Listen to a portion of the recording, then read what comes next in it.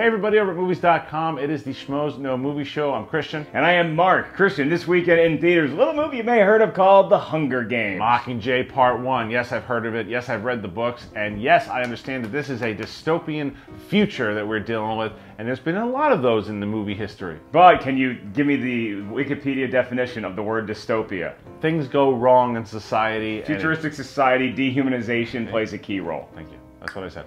Now we're going to go over our top 5 dystopian movies. This was absolutely not an easy list. No, there's some knockdown, drag-out fights, and you really upset a young man named Snake Plissken. He's only got one eye, and you didn't even put him on the list. However, at number 5 is a member of Monty Python, ladies and gentlemen. Terry Gilliam directed 12 Monkeys, starring Bruce Willis and Brad Pitt. It is an absolute dystopian future dealing with time travel, and one could say maybe Terminator is the same thing. But you have 12 monkeys. There's this plague, this disease that takes out humanity, and Bruce Willis has to go back in time to figure it all out. It's dark, it's depressing, and it's got Brad Pitt doing a great crazy person. Yeah, I mean, Bruce Willis and Brad Pitt both got out of their normal skin for this, and this was really the movie that showed us before Fight Club that Brad Pitt really had some serious acting chops. There's absolutely one of the roles for sure, and I think that if you haven't seen this movie, you talk about a bleak future. Are they going to save it with a really cool ending? This is the movie. Well, at number 4 is the movie Kids of Dudes. No, close. Children of Men. Alfonso Cuarón directed this piece, and it stars, help me out, what's his Clive name? Owen. Clive Owen, and what happens in society is that women can't have babies anymore, and it looks like it's gonna. Well, that sounds horrible. For you, no, because you just sit back, watch Sports Center, and that's the end of it. But for everyone else, it means how are we going to continue society if there's no more babies? So maybe they find one. This is a very slow burn, but it's such an interesting film, and the best part about it, hippie Michael Caine with long hair. It's awesome. Yeah. All right, so I want you for the third one, I want you to pick the blue pill or the red pill. I'm going whatever pill lets me stay inside the world that I know and love, as opposed to becoming the one Neo in The Matrix. The Matrix is one, because the reason it's number 3 is because there are 3 movies and there's only been one. But because of the first one was so good, what happens is when you see this movie, you're like, oh, well, it's clean, it's slick. You're seeing all of them do these superpowers.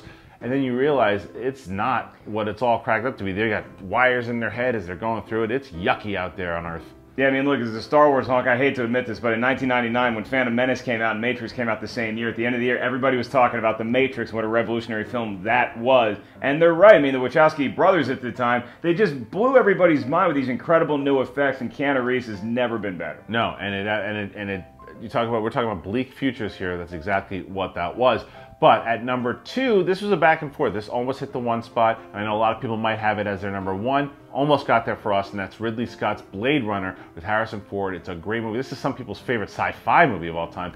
But Decker, is he a replicant? Is he not? Who knows? It depends on what version of the movie you saw. But it is also, yes, it's very futuristic, a lot of great technology, but the world's not too pretty. Yeah, you want to talk about Harrison Ford's range as an actor too, where he was coming off films where everybody knew him as Han Solo and then as Indiana Jones. Then in 1982, they made Blade Runner. It was such a different way, not only to look at him as an actor, but also science fiction films in general. They keep talking about maybe we should make a sequel to this or a prequel to this or another version of this. Ridley Scott kind of seems interested. I don't know that we're ever going to get that, but at least we have the original 1982 classic. Well, we got an original that's going to be the number 1 movie, and that's Mad Max. Oh yeah, and what I like is that they are doing another one. It's not a remake, it's just a continuation, but this is the ultimate dystopian film. The first one, the second one, third one.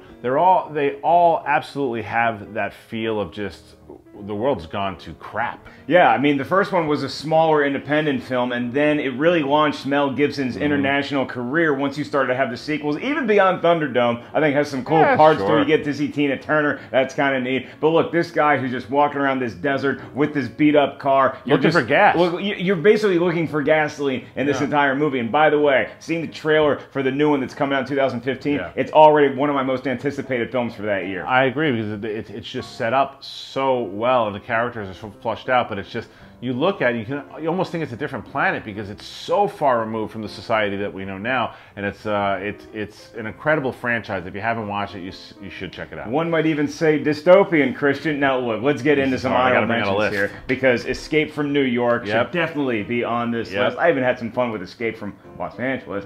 And let's talk about Free Jack. Emilio Estevez. He goes into the future because he hits a race car at Billboard. Mick Jagger's the leader of it. It's evil. Okay. Running Man is one that should be spoken about. I, Legend, you said Escape from New York. Planet of the Apes, Rollerball, the original Rollerball with James Caan, and The Terminator, the first Terminator for sure. You see a little skulls getting crushed on, and that almost made the list. Yeah, Book of Eli, maybe. The Road. Did you say The Road? I did not say The Road. That's a great one. So there are some great ones out there, and I'm sure that you guys have a different list. Go ahead and comment. What is your top 5 dystopian films of all time? Yeah, now don't watch all these movies we just gave you back to back to back, because it'll get really depressing. But make sure you check out Hunger Games Mockingjay Part 1 in theaters this weekend. It's going to be you and 18 million, 100 billion of your closest friends. That's it. Check it out. Go see it. For the Schmoes No Movie Show, I'm Christian. And I am Mark. We'll see you at the movies. You had the perfect setup. We'll see you in the future. Okay, back to 1.